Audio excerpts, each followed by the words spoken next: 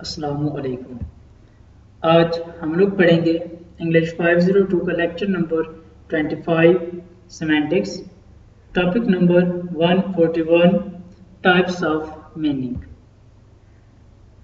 Semantics is the study of a meaning in language. Semantic जो है हमने पीछे भी पढ़ा था कि ये मानी की स्टडी का नाम है। मीन्स इसमें हम किसी भी लैंग्वेज के मानी मीनिंग को स्टडी करते हैं।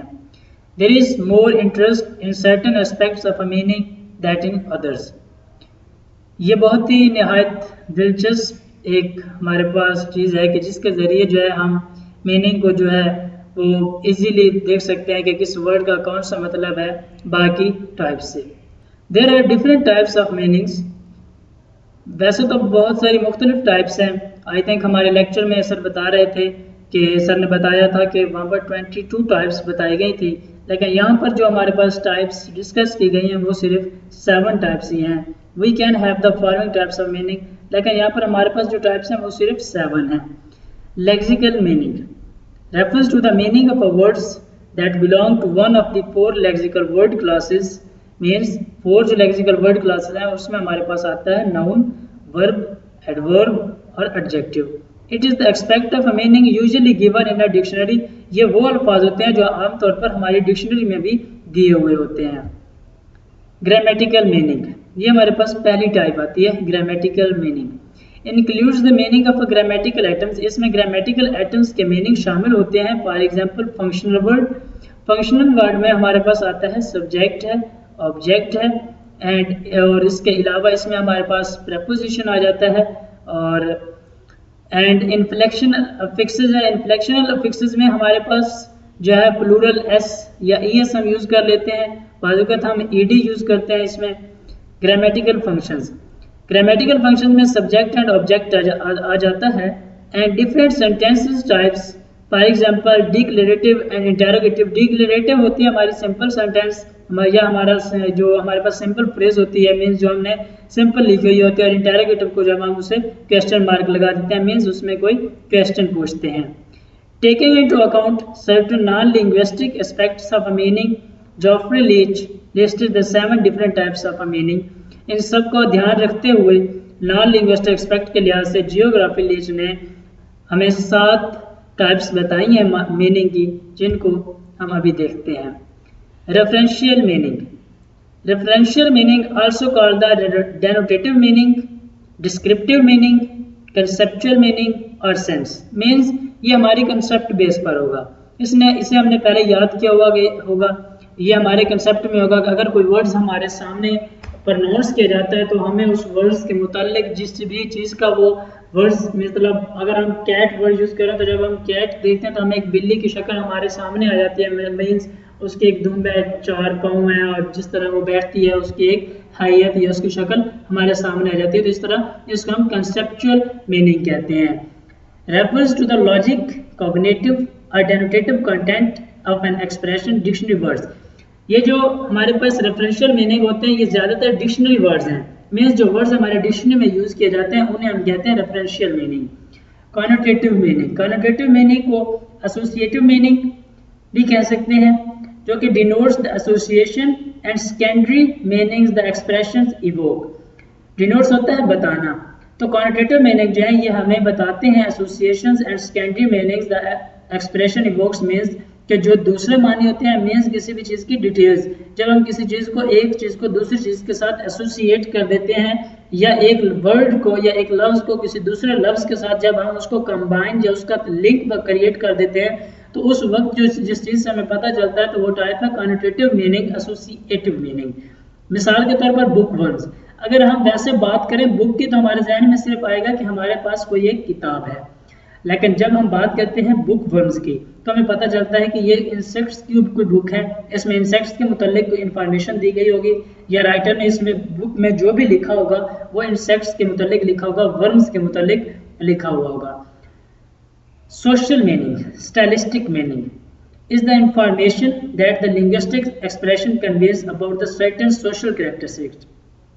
social characteristics, सोशल मीनिंग में हमारे पास जो इन्फॉर्मेशन होती है इसमें जो लिंग्विस्टिक में हम जो एक्सप्रेशन यूज़ करते हैं या जो राइटर है वो हमें इस बात को कन्वे करवाता है कि जो हमारी सोशली समाजी तौर पर या जो हमारे मुआशरे में हम आमतौर पर वर्ड यूज़ करते हैं उन्हें हम कहते हैं सोशल मीनिंग।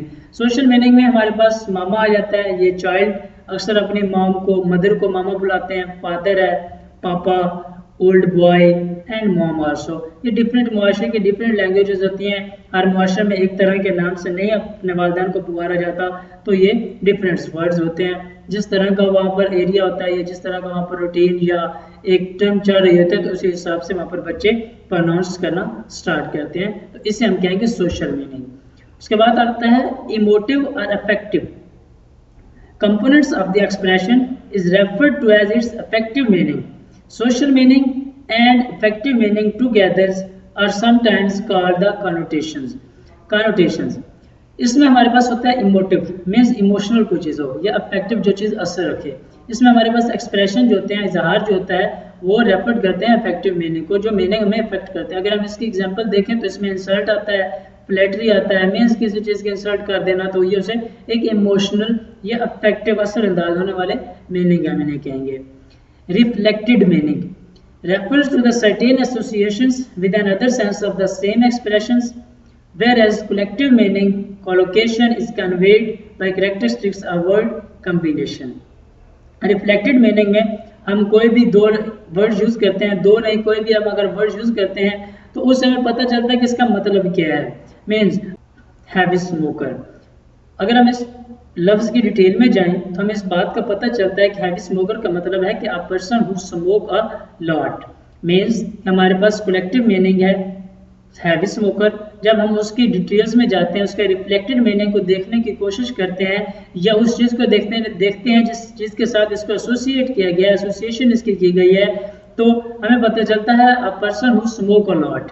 मीन्स कि एक ऐसा आदमी है जो काफ़ी ज़्यादा स्मोकिंग करता है। Heavy news means a piece of a sad news. Sad news भी हो सकता है, बैड न्यूज़ भी हो सकता है, मतलब वो खबर जो अब से पहले हमने ना सुनी है, वो खबर जो हमें एक मरतबा परेशान कर दे या चौंका दे। Heavy schedule, a very tight schedule, मतलब बहुत ही सख्त शेड्यूल हो। तो मीन्स इसमें हम वर्ड की कम्बिनेशन कर रहे हैं, वर्ड्स को कंबाइन करते हुए हमने कोई मीनिंग उससे अखज़ कर रहे हैं, कोई भी मीनिंग हम समझ सकते हैं। ये तो हमारे पास डिटेल है। अगर हम इस डिटेल को ख़त्म करें तो हमारे पास जो रिफ्लेक्टेड मीनिंग वाले वर्ड्स बनेंगे, मीन्स जो वर्ड हमने कंबाइन किए हुए हैं वो वर्ड है heavy smoker, heavy news and heavy schedule. Thematic meaning. Thematic meaning denotes the organisation of a message in terms of a information structure. हमारे पास जो थीमेटिक मीनिंग है ये हमें बताता है कि हम कोई भी इंफॉर्मेशन स्ट्रक्चर का मैसेज दे रहे हैं। मीन्स हम इस मीनिंग में कोई सेंटेंस हम अगर अखज़ करते हैं या अटरेंस करते हैं या कोई लफ्ज़ या कोई सेंटेंस हम बोलते हैं तो उसमें हम कोई ना कोई इंफॉर्मेशन दे रहे होते हैं, इंफॉर्मेटिव स्ट्रक्चर होती है उसमें कि मैं इसमें कुछ करूँगा, उसमें हम अपना कोई शेड्यूल या प्लान बता रहे होते हैं। अगर हम इसके एग्जाम्पल देखें, tomorrow I plan to have an outing, के मीन्स कि सुबह जो है मैंने आउटिंग पर जाना है या मेरा मनसूबा है कि सुबह मैं आउटिंग पर जाऊँगा। और I plan to have an outing tomorrow, कि मैंने मनसूबा बनाया था या मैंने इरादा बनाया था कि मैं सुबह आउटिंग पर जाऊंगा।